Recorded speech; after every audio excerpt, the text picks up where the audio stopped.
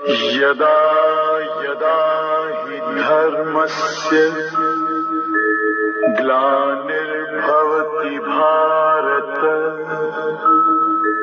अभ्युत्थानम् अधर्मस्य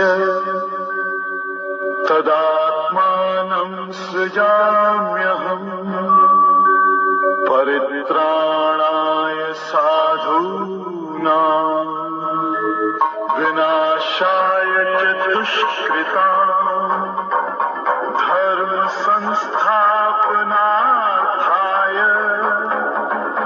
संभवामि युगे युगे।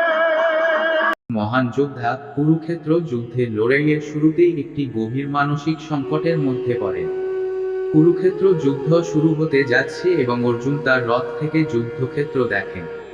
সেখানে তিনি তার আত্মীয় স্বজন, গুরু, বন্ধু এবং অন্যান্য পরিচিতদের বিপক্ষে দাঁড়িয়ে যুদ্ধ করতে হবে, যা তাকে অত্যন্ত দুঃখিত করে তোলে।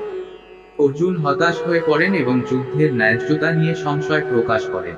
তিনি নিজের আত্মীয়দের হত্যার ভাবনা নিয়ে বিষণ্ণ হয়ে পড়েন এবং ভাবেন যে রাজ্য বা বিজয় কি এমন একটি পাপের মূল্য হতে পারে। অর্জুনের মানসিক অবস্থা এমনই ছিল যে সেগুলোকে তিনভাবে আলোচনা করা যায়: এক, দুঃখ ও দয়া; দুই, নৈতিক দ্বন্দ্ব; তিন, আত্মবিশ্বাস হারানো। প্রথম আলোচনা করব অর্জুনের দুঃখ ও দয়া। দুঃখ ও দয়া: তিনি নিজের আত্মীয়দের, গুরুদের, বন্ধুদের বিপক্ষে যুদ্ধ করতে চাচ্ছেন, যা তাকে গভীর দুঃখিত ও অস্থির করে তোলে। দ্বিতীয়ত, নৈতিক দ্বন্দ্ব: অর্জুন যুদ্ধের উদ্দেশ্য ও এর ফলাফল নিয়ে প্রশ্ন তুলেন। তিনি মনে করেন যে এই যুদ্ধে এত বড় ক্ষতি ও ধ্বংসের কোন অর্থ নেই।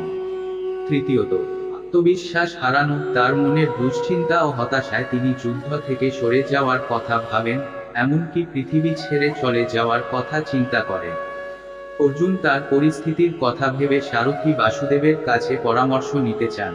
অর্জুনের এই দুঃখ, দোদুল্যমানতা এবং সংকটের মুহূর্তে কৃষ্ণ তাকে আধ্যাত্মিক শিক্ষা দিতে শুরু করেন। অর্জুন বিষাদযোগ মূলত মানব জীবনের দুঃখ, সংকট এবং নৈতিক দ্বন্দ্বের প্রতিফলন, যেখানে একজন মানুষ তার অন্তর্দ্বন্দ্বের মুখোমুখি হয় এবং কিছু গুরুত্বপূর্ণ সিদ্ধান্ত নেওয়ার প্রয়োজন হয়। এই অধ্যায়ের শেষে অর্জুন তার সংকট থেকে মুক্তি পাওয়ার জন্য কৃষ্ণের সাহায্য কামনা করেন। এরপর কৃষ্ণের উপদেশের মাধ্যমে অর্জুনের অন্তর্দ্বন্দ্বের সমাধান শুরু হয়, যা পরবর্তী অধ্যায়গুলোতে আরও বিস্তারিতভাবে ব্যাখ্যা করা হয়। অর্জুন বিষাদযোগ মানুষের জীবনের সংকট, দুঃখ এবং সংশয়ের প্রতীক, এবং এটি আমাদের শেখায় কিভাবে নিজের অন্তর্দ্বন্দ্বকে সমাধান করতে হবে এবং সঠিক পথের দিকে এগিয়ে যেতে হবে।